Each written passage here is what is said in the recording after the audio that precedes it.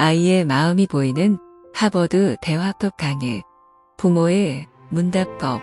쏟아지는 궁금증을 해결하는 학습 대화.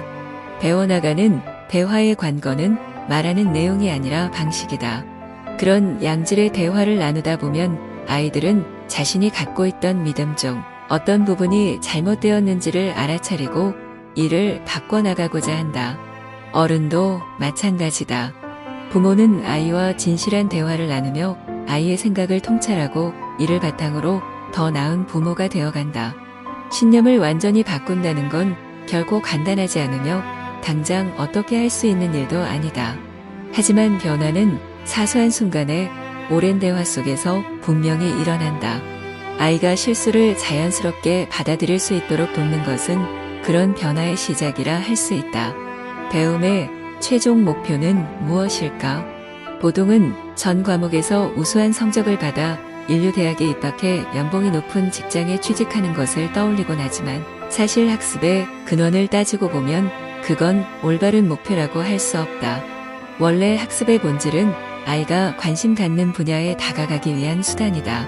건강한 학습법을 배운 아이는 성장하면서 좋아하는 일을 발견하고 취미를 꾸려나갈 수 있다. 책에 푹 빠진 아이가 새로운 세상을 상상하고 무언가를 만들고 발명하고 설계하고 싶어 하던 말이다. 엘리먼트의 저자 켄 로빈스는 행복하려면 우리가 진정으로 열정을 느끼는 분야를 만나야 한다고 주장한다. 열정을 느끼는 분야를 찾은 아이는 동기 수준이 높아지며 성공할 때까지 포기하지 않고 도전하는 법을 배운다. 원만한 대화를 위한 3 전략. 일상생활에서 학습 이야기를 할 때 어떻게 시작하는 것이 좋을까? 나는 어른과 아이 사이의 상호작용을 연구하며 얻은 3 아이디어를 임상 실무에 활용해 보았다. 모두가 대화에 참여하도록 이끌고 이야기가 원만하게 흘러가도록 하는, 쉽게 말하자면 빗주머니에 간직해 놓고 필요한 순간에 꺼내 쓸 수 있는 전략이라 할 수 있다. 3. 구성 요소를 하나씩 살펴보자. 풍부한 대화를 이끄는 3. 아이의 사고 확장. 다양한 가능성 탐색. 발전을 위한 평가. 확장. 아이가 한 말을 받아서 늘리는 기법이다. 단어나 문장을 더하거나 뜻을 보다 명확히 설명하는 것이다. 어머니가 대화에서 확장 기법을 많이 쓸수록 2에서 3세 유아의 언어 능력이 크게 발달한다는 연구 결과도 있다. 거리에 지나가는 트럭을 보고 아이가 큰 트럭이라고 말했을 때 어머니가 맞아, 저건 큰 트럭이야 라고 대답하면 관심을 보인 화제를 유지하는 동시에 발언을 확장시켜준 것이다. 탐색. 아이가 당면한 환경을 넘어 과거와 미래를 이야기하고 머나먼 곳의 풍경과 낯선 사람들을 상상하고 여러모로 새로운 발상을 궁리해 해결책을 고민하도록 탐색을 유도하는 말도 좋다. 너는 트럭이 어디로 갔으면 좋겠어? 같은 질문 말이다. 트럭이 벽에 부딪혔다면 어떻게 해야 트럭이 부딪히지 않을까? 트럭이 다른 길로 갈 수도 있지 않을까? 처럼 새로운 방향을 제시할 수도 있다. 이런 질문을 받은 아이는 추상적이고 창의적인 방향으로 생각할 기회를 얻고 새로운 아이디어를 발견하게 된다.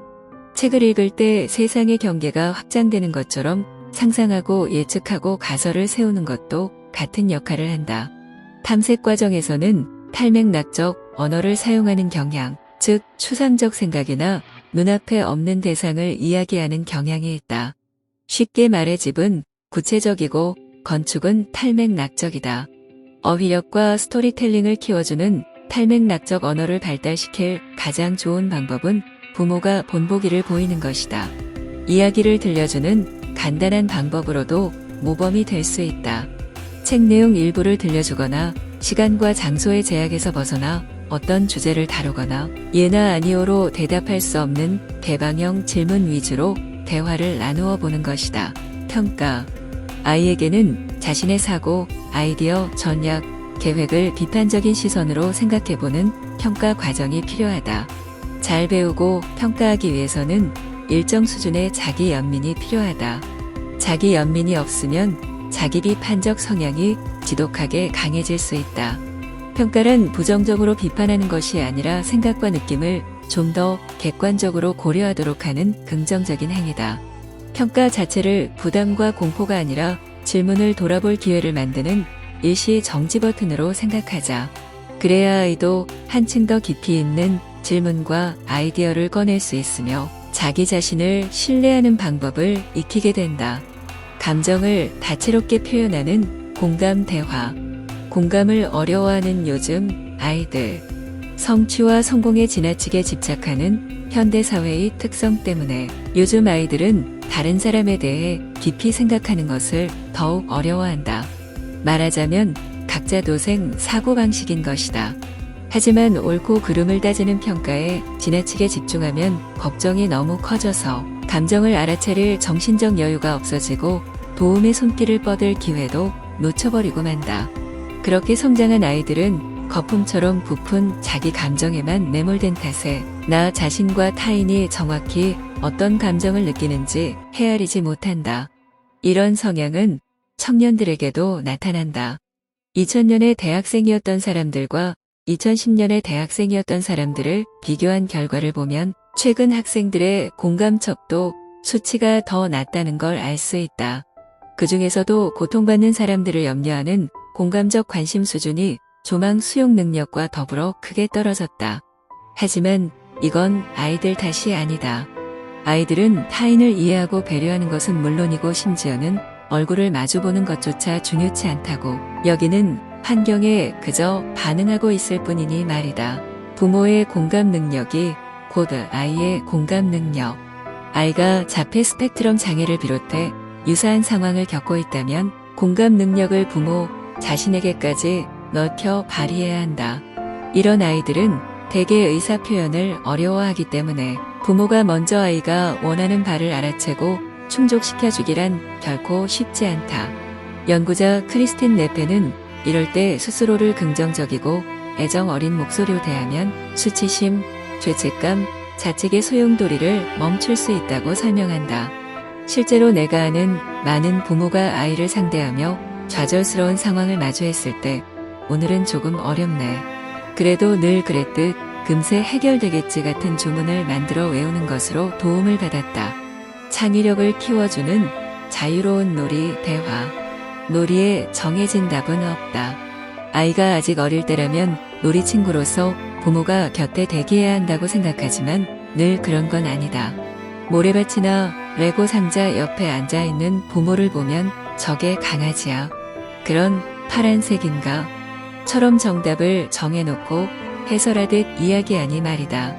이런 식으로 말을 걸면 어휘력을 길러줄 수 있긴 해도 계획을 말로 표현하거나 간단한 질문을 심오한 질문으로 심화하는 데 필요한 자기 대화를 방해하게 된다.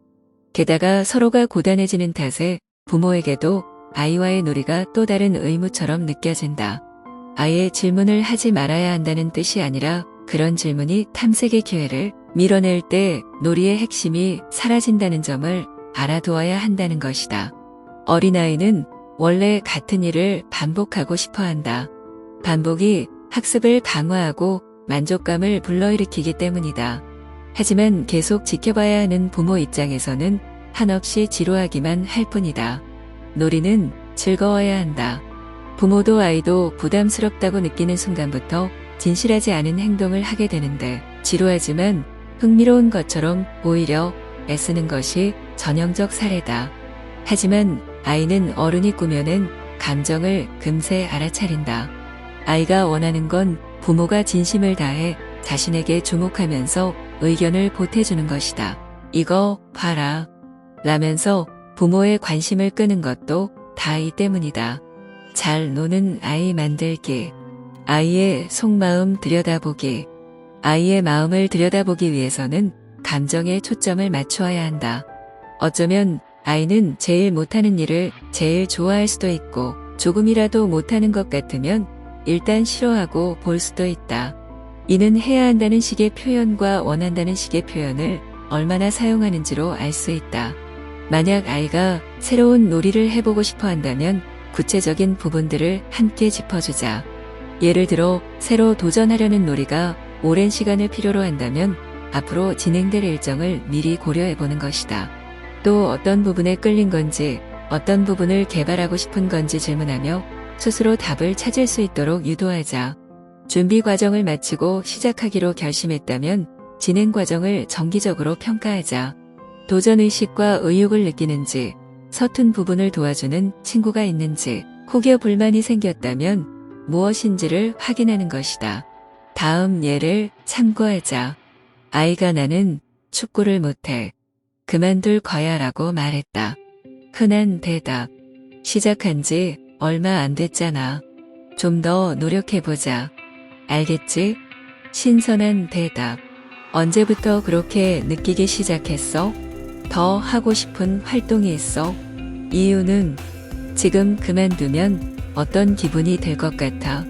놓치는 게 있다면 어떤 걸까? 초반에 성공하지 못해서 좌절했다면 누구든 뭔가를 배울 때는 굴곡이 있다는 사실을 알려주자. 아이들에게는 어려운 부분들이 어느 정도 몸에 익을 때까지 계속할 수 있도록 곁에서 도와주는 격려가 필요하다. 나를 알고 이해하는 기질 대화. 개성을 존중하는 맞춤 대화. 한 아이에게는 수많은 다양성이 존재한다. 얼마나 활발한지, 얼마나 학구적인지, 얼마나 불안도가 높은지는 모두 다르다.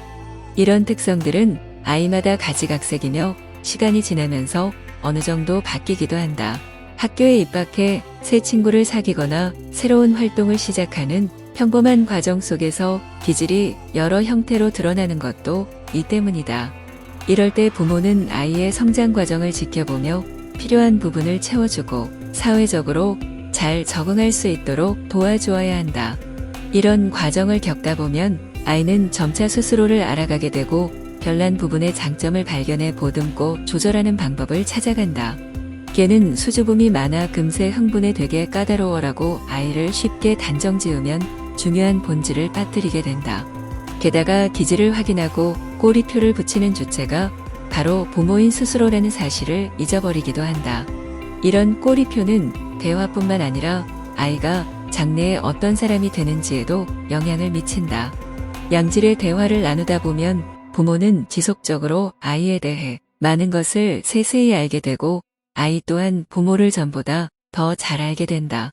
여기서 핵심은 긍정적 변화가 아이마다, 가족마다 다른 모습으로 나타난다는 것이다. 각자만의 변화를 이끌기 위해서는 부모가 아이의 고유한 특성을 이해하고 존중하는 태도를 갖추어야 한다. 그리고 이 모든 것은 기질의 본질을 이해하는 데서 시작한다. 기질을 받아들이는 연습. 학교 모임에서 만난 학부모 가브리엘라는 고등학교 1학년 아들 짐의 내성적인 성격을 걱정하며 고민을 털어놓았다. 가브리엘라 역시 어린 시절에 짐과 비슷할 정도로 수줍음을 많이 타는 편이었다고 했다. 현재는 사업 컨설턴트로 성공적인 경력을 쌓으며 살고 있지만 협업 업무는 여전히 부담스럽다고 말했다.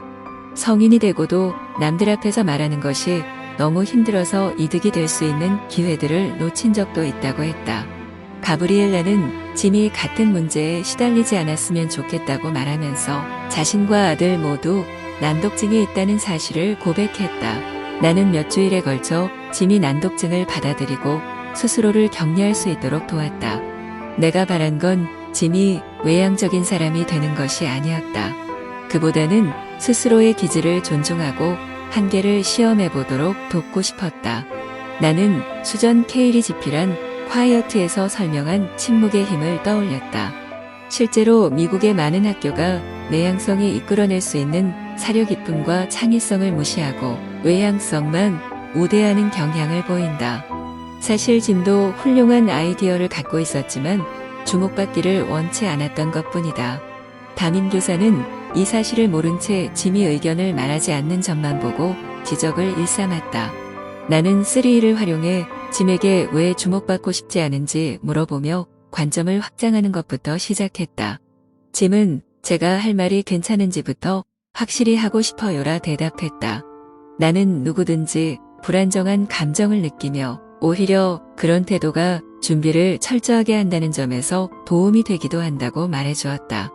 그리고 이 자질이 바람직하게 작용할 방법을 탐색했다. 짐은 일단 계획이 있어야 질문에 이상적으로 응할 수 있을 것 같다 했고 우리는 대답을 계획하는 연습을 해보기로 했다.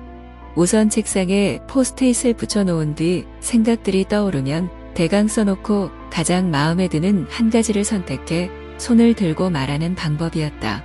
몇 차례 해본 후에는 얼마나 효과적이었는지 이야기했고 바꾸면 좋을 것 같은 일부는 수정하며 평가했다. 짐은 이 과정을 통해 자신의 성향을 인정할 수 있게 되었고 자기 인식을 높였다. 내성적 성향이 결코 나쁜 게 아님을 깨달은 것이다. 게다가 쓰기와 읽기까지 연습할 수 있었으니 난독증에도 도움이 된 셈이었다. 아이가 동생을 보며 말한다. 쟤는 아침마다 너무 느려. 언제쯤이면 바뀔까? 흔한 대답. 걔는 원래 그런 거야. 내가 이해해. 신선한 대답. 그래서 성가시거나 불편한 점이 있어? 동생이 아침에 어떤 기분인지 물어본 적이 있어? 우리는 왜 모두 다른 속도로 살아가는 걸까? 기질에 따른 양육법. 기질은 양방향 도로처럼 발달한다. 유전적 요인에 뿌리를 두고 있기는 하지만 부모를 비롯한 다른 사람들을 보며 각자만의 방식으로도 변화하기 때문이다. 두 아이에게 똑같은 말투로 똑같은 말을 했을 때 한 아이는 킥킥거리며 웃고 다른 아이는 울음을 터뜨리는 것도 같은 이유에서다. 이는 부모에게도 적용되는데 부모 역시 아이가 어떤 사람인지 어떤 사람이 되어간다고 느끼는지에 따라 서서히 바뀐다. 이런 변화는 대개 무의식적으로 일어난다. 실제로 내 친구 케이티드 도미니시스도 나랑 내 남편은 세 아이를 대할 때 각각 다른 세 사람이 돼야 하고 말했다. 모든 아이는 각자에게 맞는 접근법이 필요하기에 도미니시스의 대처는 바람직하다고 볼 수 있다. 8에서 12세 어린이를 대상으로 한 연구에서 어머니의 양육 방식과 아이의 기질이 잘 맞을 경우 그렇지 않을 때보다 아이의 우울과 불안이 절반으로 줄어든다는 사실이 밝혀졌다. 또 자제력이 강한 아이에게는 너무 구체적이지 않은 체계가 자제력이 낮은 아이에게는 꼼꼼한 체계가 더 유용하다는 결과를 발표한 연구도 있었다. 이미 자제력이 뛰어난 아이는 굳이 통제할 필요가 없다. 이런 아이는 오히려 지침이 적고 스스로 선택할 기회가 많은 느슨한 접근법과 더 잘 맞는다. 자제력이 부족한 아이라면 일정 수준까지 끌어올릴 수 있는 지도가 필요하겠지만 천편일률적인 접근법은 제대로 된 효과를 발휘하지 못한다. 호랑이 부모와 방목형 부모 중 더 올바른 양육 방식이란 없다. 좋은 양육 방식이란 부모와 아이 모두에게 효과가 있는 방법을 찾는 것이다. 과연 바람직한 조화란 어떤 모습일까? 어렵게 생각하지 않아도 된다. 색칠 공부를 하는 아이 곁에 앉아 신문을 즐겨 읽는 부모라던가 부모와 아이 모두 모험을 좋아해서 새로운 장소로 스노보드를 타러 가는 것도 여기에 해당한다. 부모와 잘 맞는다고 느끼는 아이는 대개 자존감이 높고 유연하게 사고할 줄 알며 강한 소속감을 느낀다. 기질의 변화를 받아들이자. 모든 사람은 저마다 고유한 기질을 가지고 있고 서로 간의 조화와 부조화는 시간이 흐르면서 변화한다. 부조화의 경우 제때 유연하게 대응하지 못하면 관계가 단절될 수도 있다. 예를 들어 느긋한 기질이라 자기만의 속도대로 움직이는 아이에게 부모가 뭐든지 빨리 하라고 다그치는 일이 반복되면 오히려 더 처질 수밖에 없다. 부모는 부모대로 잔소리하는 일에 지켜 기대치를 낮추게 되고 이는 말싸움으로도 이어질 수 있다.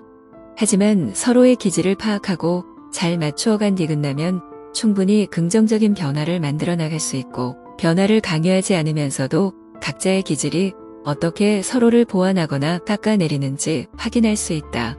이런 환경에서 자란 아이는 특질 자체가 좋거나 나쁜 것이 아니라는 가치관을 형성하며 성장해 나간다. 그리고 이런 관점을 기르기 위해 필요한 건 역시 기질 대화다. 기질 대화가 조화를 강조하고 서로 간의 부조화를 누그러뜨리는 역할을 하기 때문이다. 그리고 이때 아이의 기질을 어느 정도 알고 있다면 신경 써야 할 부분을 맞춰 보다 수월하게 대화를 진행할 수 있다.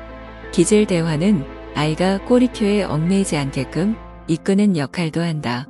아무리 부모라 해도 세심한 부분에 주의를 기울이지 않으면 몇 번의 판단만으로 아이의 근본적 기질을 정의해버리기 쉬운데 나 역시도 그런 경험이 많다. 스스로에게 나는 오늘 내 앞에 있는 아이와 만나고 있는가? 라고 물어보자. 여태 매번 아이를 학교까지 데려다 주었다면 아이도 이를 고맙게 생각하는지 살펴볼 필요가 있다. 아이 입장에서는 더 이상 함께 등교하기를 원치 않을 수도 있으니 말이다. 혹시 아이의 의존을 바라고 있던 건 아닌지 솔직한 마음을 돌아보자. 한 번쯤은 아이와 소통할 때 쓰는 언어를 되짚어보는 시간도 필요하다.